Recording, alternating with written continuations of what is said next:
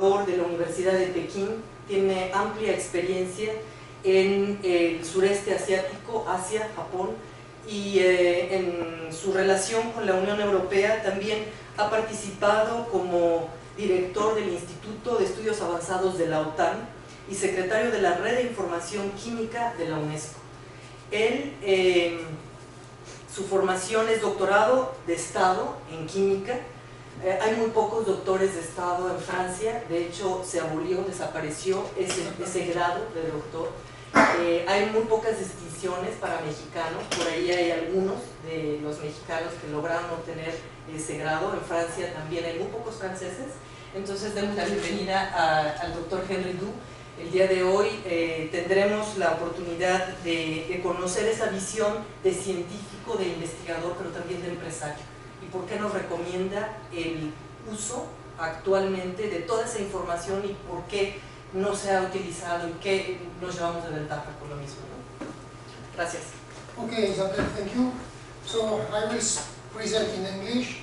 I will try to speak slowly, and I don't speak Spanish, so I am obliged to speak either Portuguese or English, and I think that English is better. So when Isabel told me to make a speech here, she said you should speak of international development of competitive intelligence, also of patents and so on. So I prefer to do something which will be, globally speaking, governance and information management in research institutions. Why I put this title? It's because I have been in research many times, and I really feel that people in research are not looking at the information in the right ways. And very often they are looking only for their own problems, which is more and more specialized, and at the end of it, that means that they lost the fact that their knowledge could be used to bring welfare to people through the work of company and through the work and the development of various products and goods able to go to the market. So I took what I would like would be to focus on this area, and what did I do? Okay. So if I look to one of the newspapers not very far away 3 days ago, there is a proposition of the Secretary to create in Mexico a Secretary of Science and Technology. And if you see what one of the purposes of this type of institution will be to develop public policy for scientific research, innovation, and to avoid the dispersion in different institutions and commissions. So that is very important to see that today, before the crisis, before the development of China, of South Korea, of Taiwan, and so on, people are facing very deep concurrences between blocks. And science is part of the concurrence. So today I will try to explain to you that science is not what it was anymore.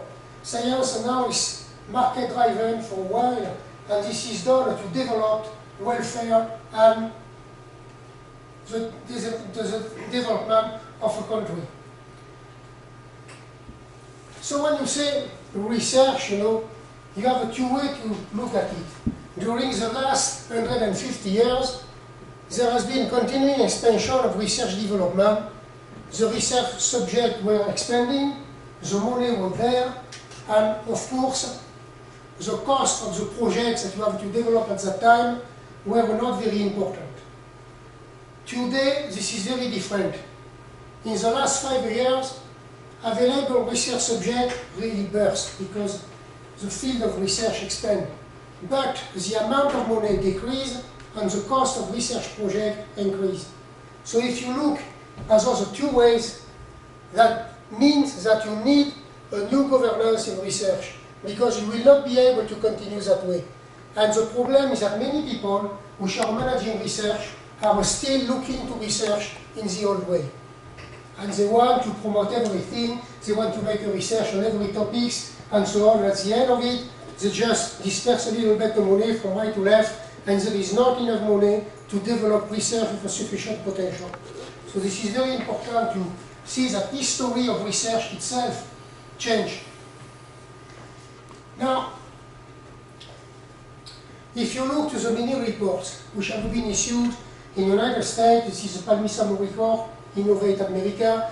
If you look to the French report, BEFA report, if you look to the Commonwealth report, if you look to Canada 21st Century report and so on, all the reports which are made on science and technologies develop to the fact that innovation is one of the key points to maintain and create the competitive advantages for nations. So that means that if innovation is important, you must know a little bit what innovation means. Yesterday I was at the CONACYT and people were speaking of innovation. They make a mistake, they were not speaking of innovation at all, they were speaking of inventions. Innovation is very different, and this is very important to know what today innovation means. So if we look to what is innovation, innovation is developed in two steps. The first step of innovation, so by the way, you have many works which have been done on the meaning of innovation. You have the European Community, you have the United States, you have the Canada, you have England, and so on. So everybody agrees on this sort of visions. One, creation of knowledge and competencies in research laboratories and university. This is state or industry funding. People give money to increase educations, to get competencies and knowledge which is characterized on paper in scientific journals, the career of people and so on. But if you do just that, you do half the way. It's not necessary to make the first steps if you are not making the second one. And the second one, which is very important, is you get from the money of the state knowledge and competencies. Now, you have to create out of those competencies products and services able to go to the international market and, if possible, to be exported.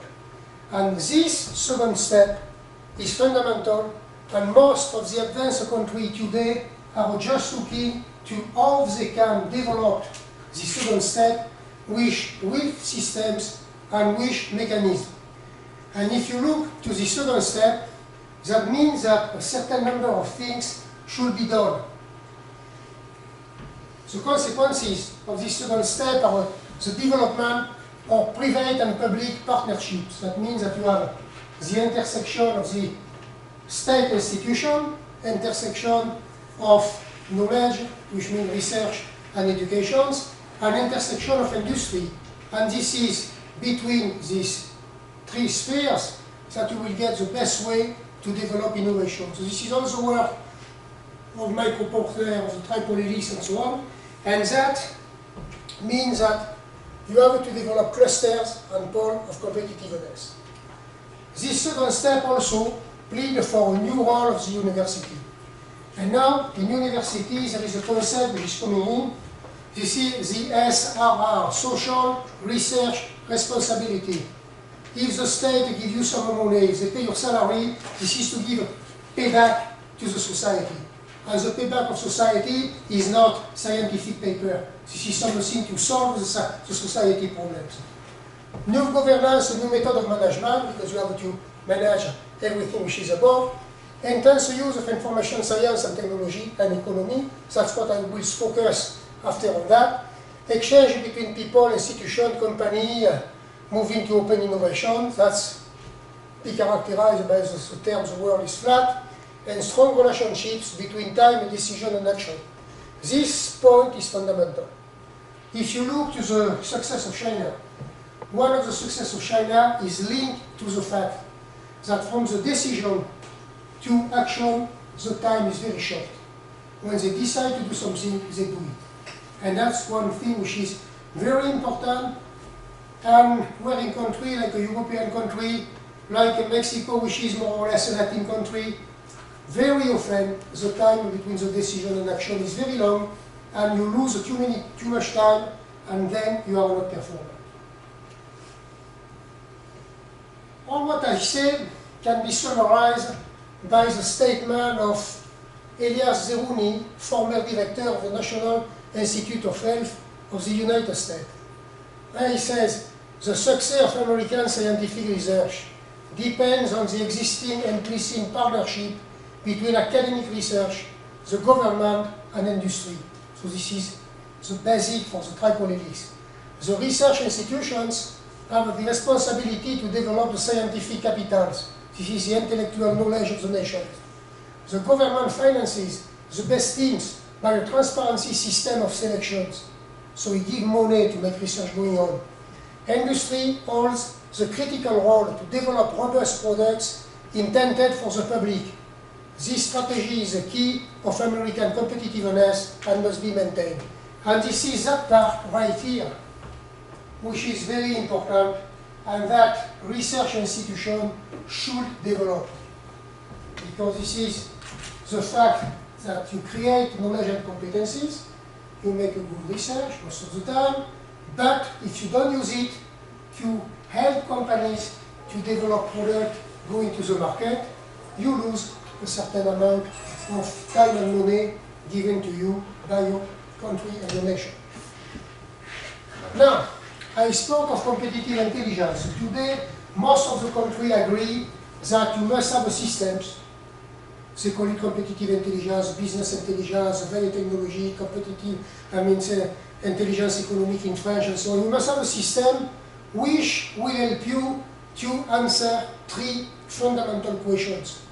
That could be used by region, that could be used by laboratories, by universities. Where are we? What is the environment? What are we doing? What are our competencies? What are our competitors? Where we are.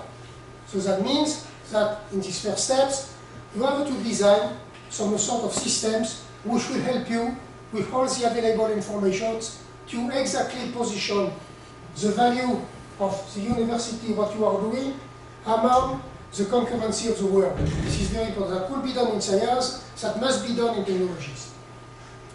Where do we want to go? What is the vision? What is the goal that we want to pursue? Do we want to be one of the best scientific institution point?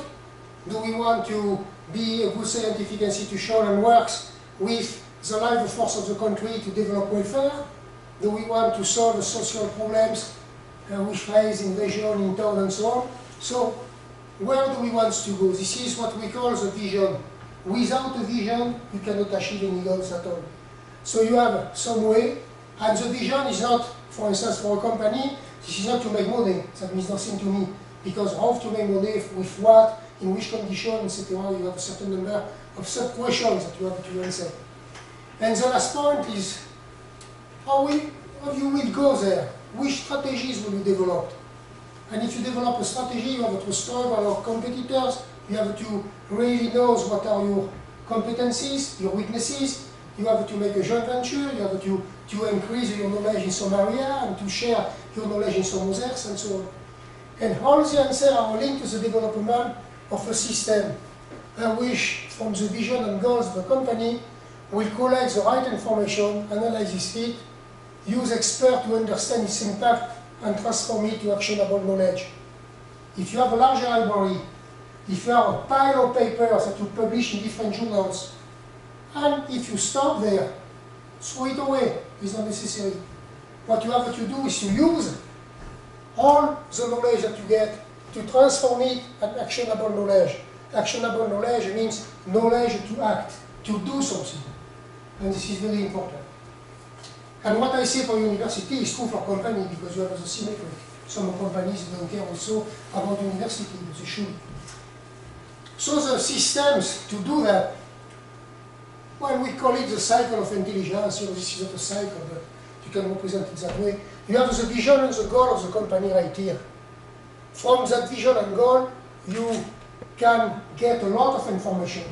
Economics, technical, scientific, and when you get those informations, you have to make them available to experts, which means searchable, index, categorized, put them in databases, put them in platform of cooperative work, whenever you want, to be able what? To be able to master what we call written document, which is a formal information published in scientific journal, in patents, in report, in dissertations. And you have also human documents, which are the documents that people can discuss and exchange when they go to meetings, when they put some tweet, when they go to Facebook, when they have blogs, all these sort of things, when they go to exhibitions, must be gathered all together according to the vision and your goal. And then, out of these informations, you have to create knowledge. And you create knowledge with experts, which are going for part of the time to look to this information and try to understand what is the impact of these informations on what? On the goal and vision of the development of the company. It could be a new patent coming in, and then you have to discuss. It could be new laboratories which are taking the same subjects than you, and then you must have strategies which, in regard to what they are doing, that could be also answer of questions coming from the decision maker. And all this work to transform information into knowledge will give rise to recommendations, will give rise to product indexes, which will be given to the decision maker of the company to be more innovative, more competitive, increase the global skill, and do something. So this process to permanently use information to see, according to the goals that you have and according to your objectives, what you should do, and how, like a captain of a ship, you have to take the good care to move in the right directions.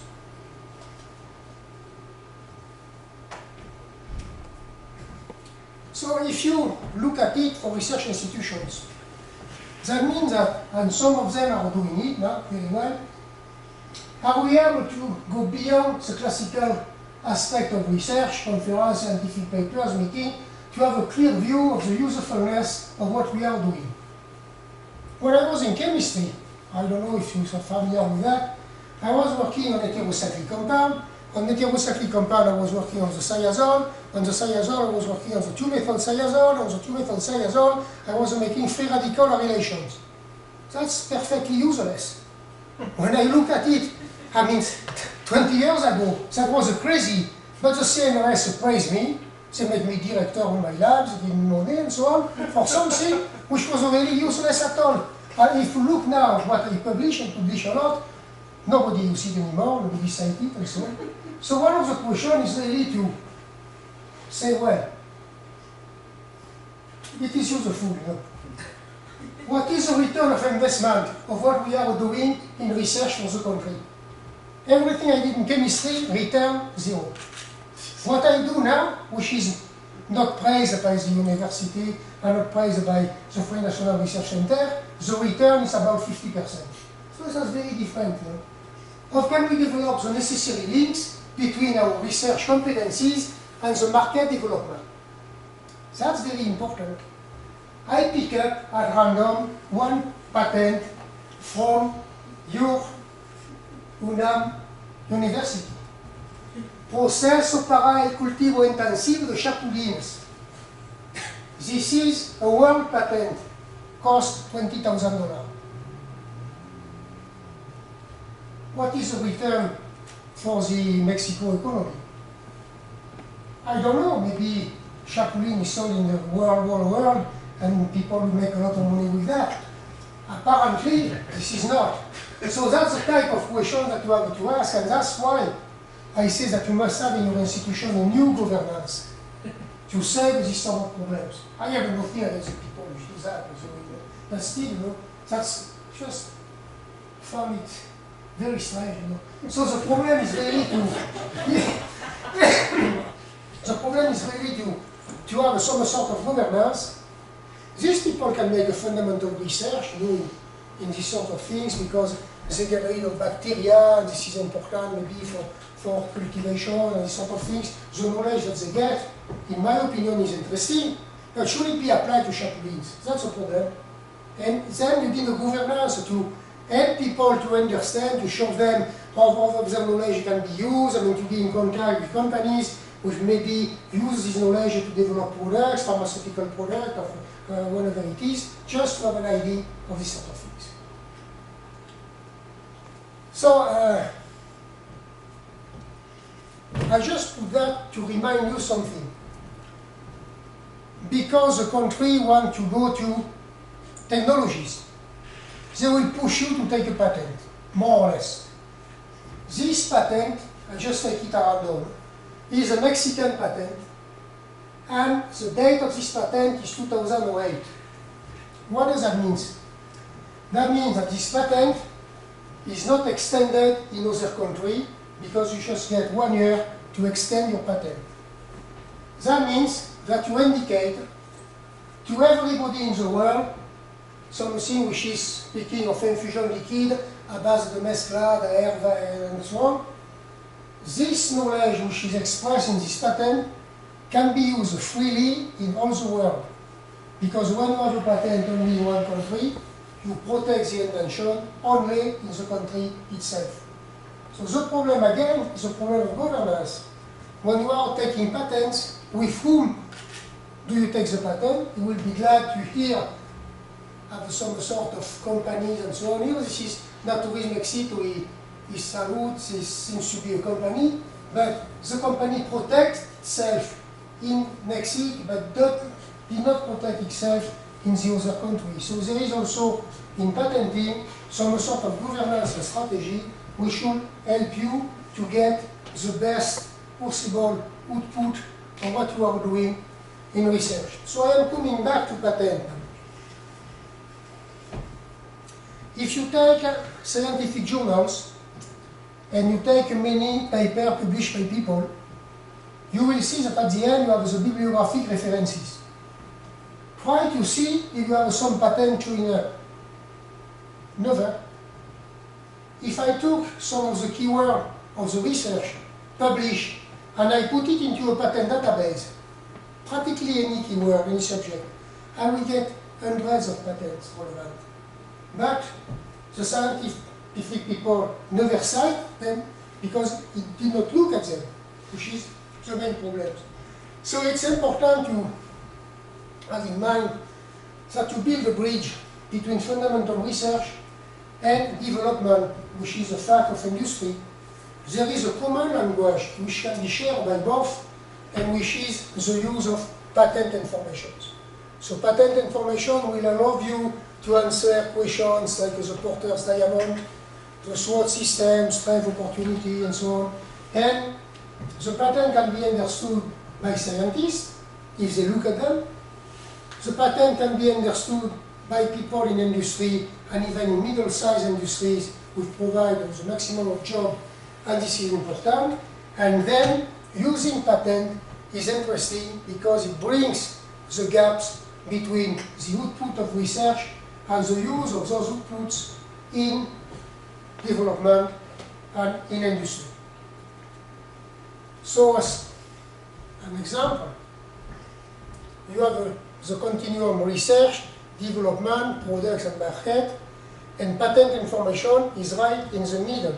So it makes the bridge between research and some way products and market. So this is important to have a look at it, and when you begin a research, to be able to explain this research in terms which will be available in patent databases, and then get back with a larger bunch of patent, analyze the patent automatically, and get some vision of who is going in the field, who is using the knowledge in that field, and what he is doing with.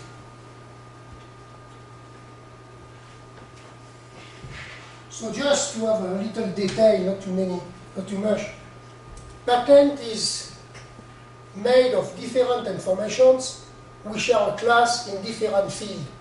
AP is the name of the company, IN is the name of inventor, PN, PR or patent numbers, IPC is very important, international patent classifications, divide the field of application in many little boxes, more and more precise, and all that could be combined to get by statistical analysis a new type of information which will give you some answer about who is doing what, where, when, with whom, and so on, and will help you to go to the full text of the most important patent, look at them, and include what is going on in that field into your research. So we just an image to show you how it works.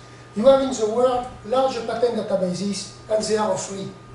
One of the main differences between scientific information and patent information is that scientific information very often through editors who go through review, go through databases, and they are not free.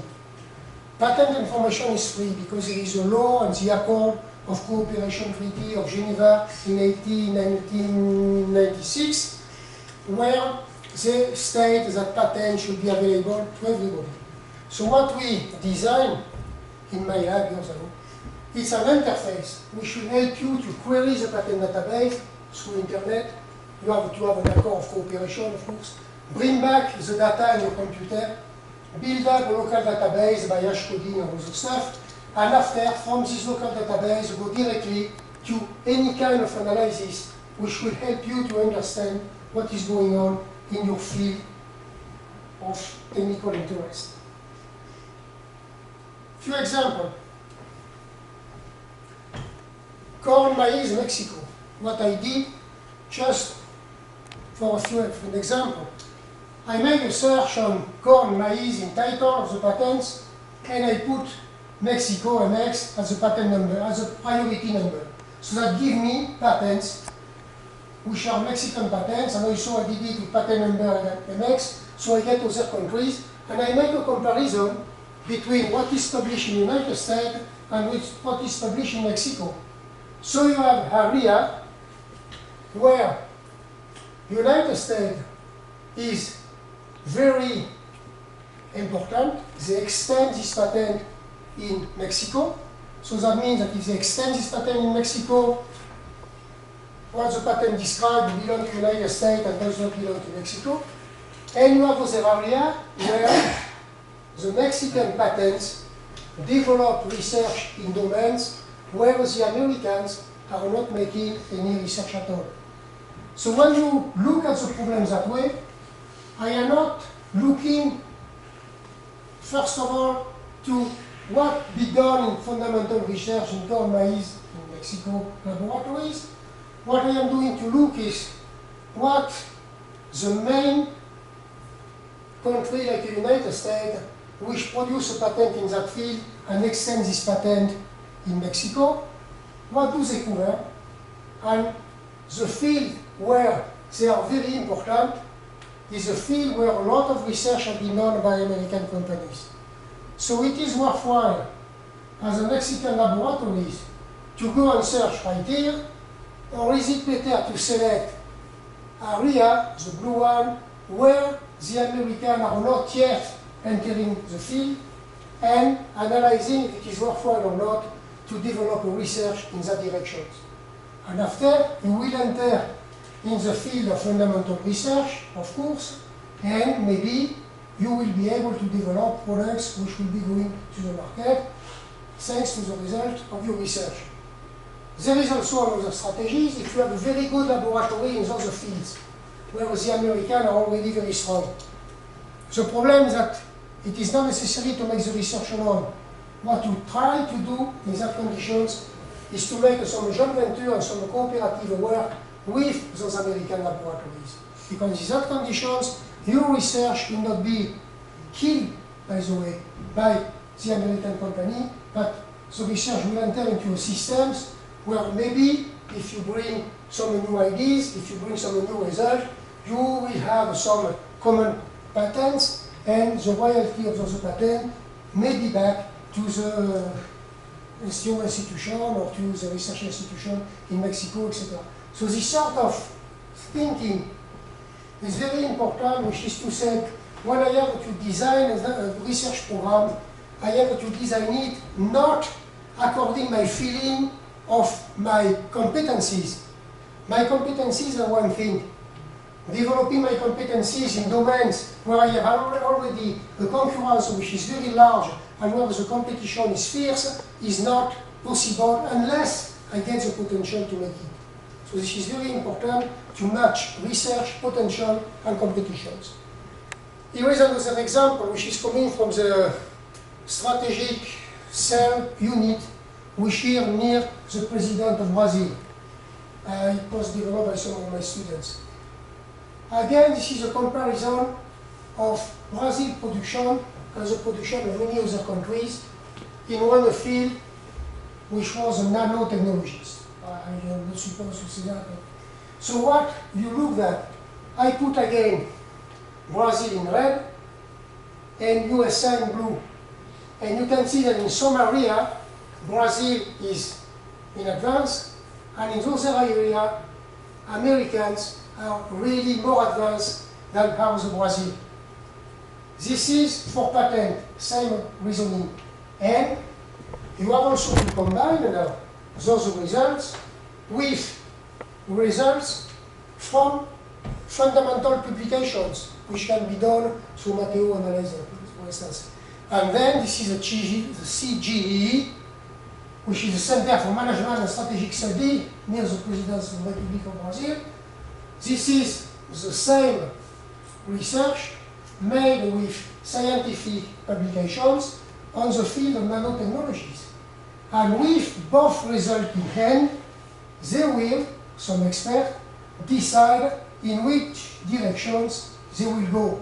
So that means that now in research, you have to prioritize, you have to develop area of research according to your competencies and your possibilities, but you have to think ahead and to see if what you will be doing will be sufficiently important and developed to be able to get the best return of investment.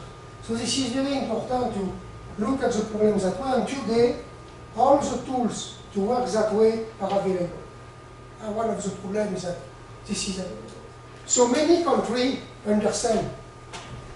China, they developed the CNKI gateway, access to the world scientific publication, both in English, both in Chinese. So that means that they cover the field of fundamental research. And in the same way, they develop their own system of intellectual property access, the CIPO, and in the CIPO you can search in English or in Chinese for Chinese patent. So you see that they get both systems, and of course they use also the system which are available from the EPO, European Patent Office and so on, the World Patent Database and so on, but they develop also their own systems. I don't know if I told more about, no, I just a few words. Research now is made of collaboration, most of the time. And when we were in Brazil, we suggest years ago that the competency of researchers should be put somewhere. So if you know, I don't know if you know it, the Brazil developed the database which is called HLATTES, name of a scientific Brazilian. And there inside the VT, the scientific production, the expertise of practically 200,000 researchers. 200,000 researchers. So that means that if you look for somebody who speaks Japanese, which is working in São Paulo in the field of zeolite, you find it. And that's a tool which is open, everybody can consult. And this database is coupled with another one which is not public, which is a database of the knowledge of the middle-sized company. This is done with the same type of keywords, and then you can see that matching the two databases, you can find all the necessary experts to develop certain area in research and also in development and application. So that's just to tell you that this sort of things exist. Countries like Thailand, for instance, they have many clusters. Cluster in silk, cluster in water massage, cluster in small electronics, cluster in palm oil, cluster in coconuts. So they divide all the field of the development of their resources and they build up clusters. And the clusters, they use widely patent informations. For instance, here I have an index alert with Matheo patent, so that's why I take off this paper because the Matheo patent wasn't clear. Otherwise, I could not read the Thailandese, I am not reading spaghetti, as we said. And these clusters, they just analyze all the patents which appear every year or every 6 months, I don't know the period every time. They look to what is going on every year, new companies, they select machines which can be useful, they select patents which can be applied, for instance, here in developing shampoo and so on, and out of it, they build up a link between what? Collaboration in research and development. This is not complicated, and Thailand is not, This is on internet, by the way, They make a public part of it. So they have a systematic way, they query the database, they see how many patents appear every year, they see the different companies, they see the trend in technologies and so on. So out of that, they are able to develop strategies, and that helps very much. So that's these sort of things are important.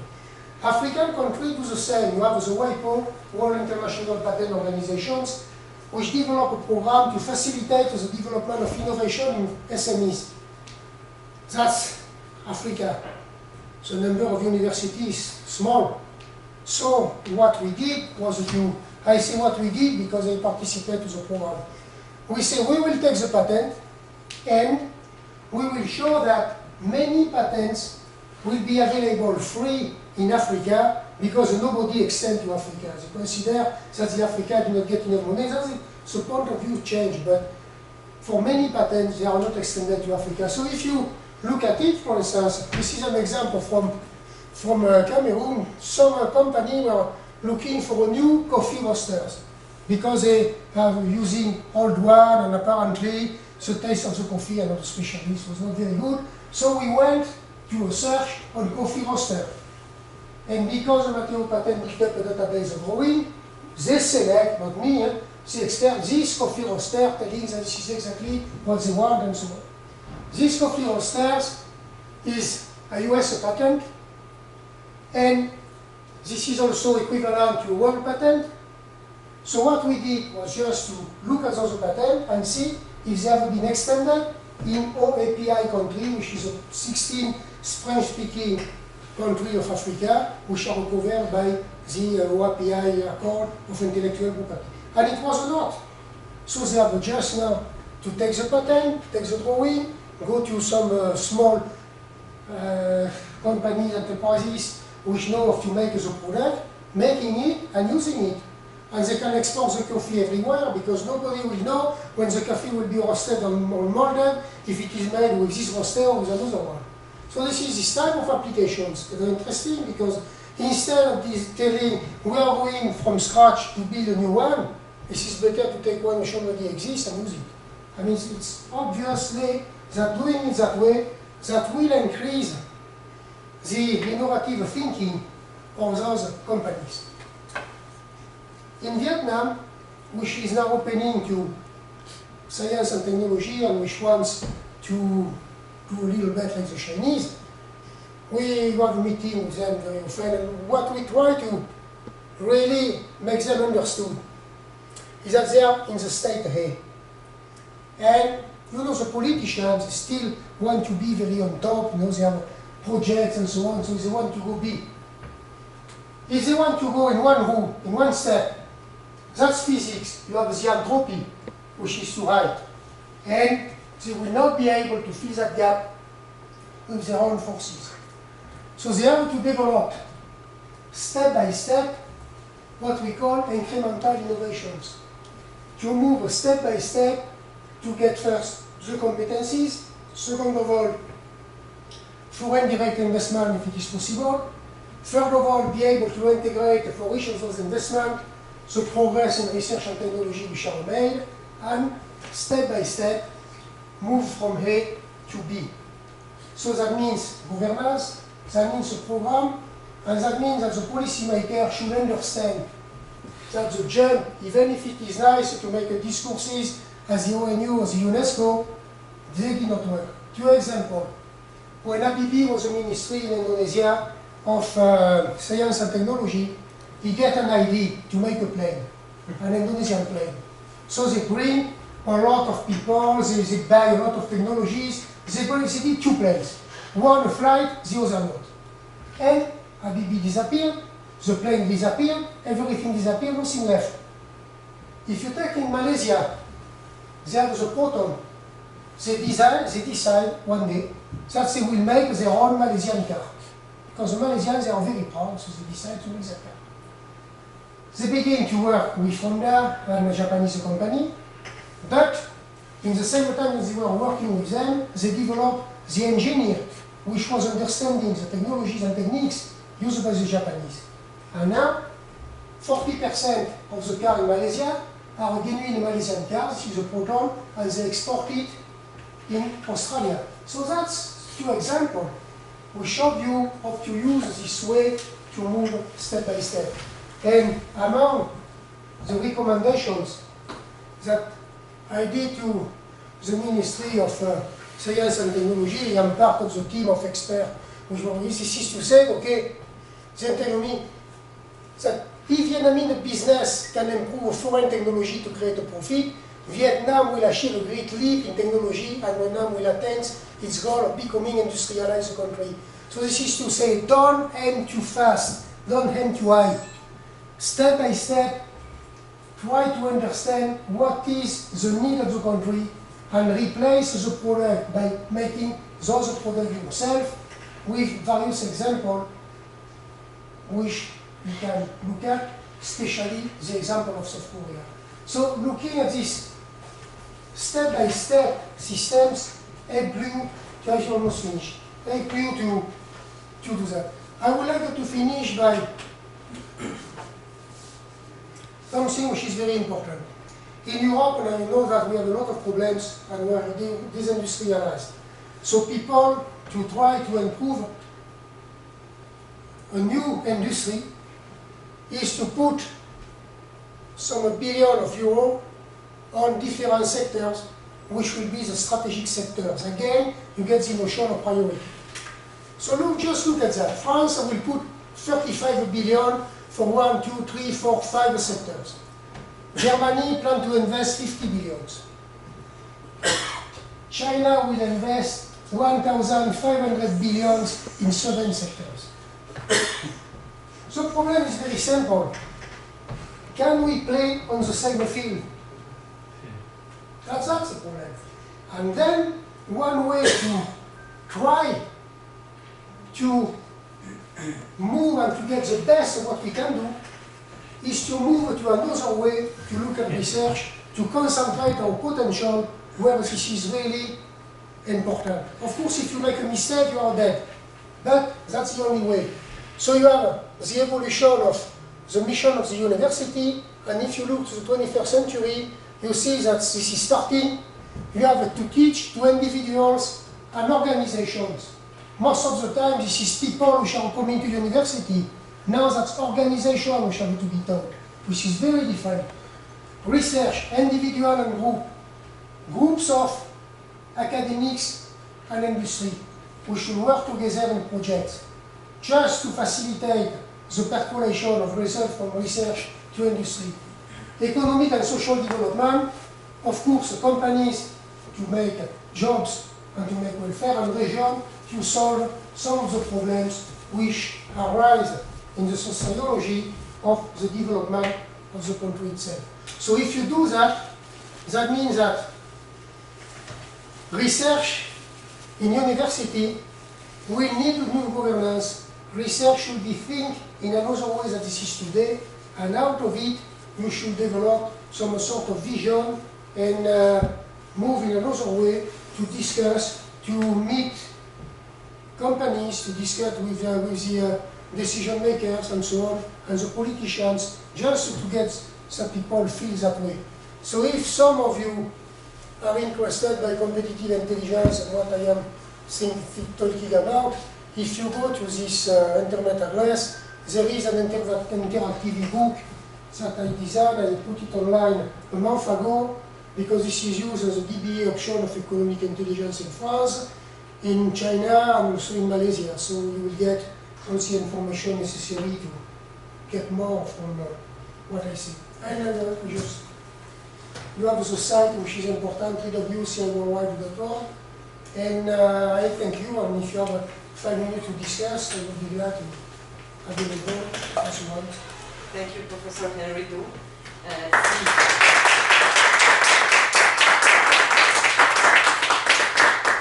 pediría a los que estamos aquí, si hay intenciones de seguir conversando con el profesor Du, pudiéramos salir del auditorio, porque van a tener un evento y creo que tienen ustedes que prepararlo. Entonces, Puedo continuar en otro proyecto, ¿sí? No problema.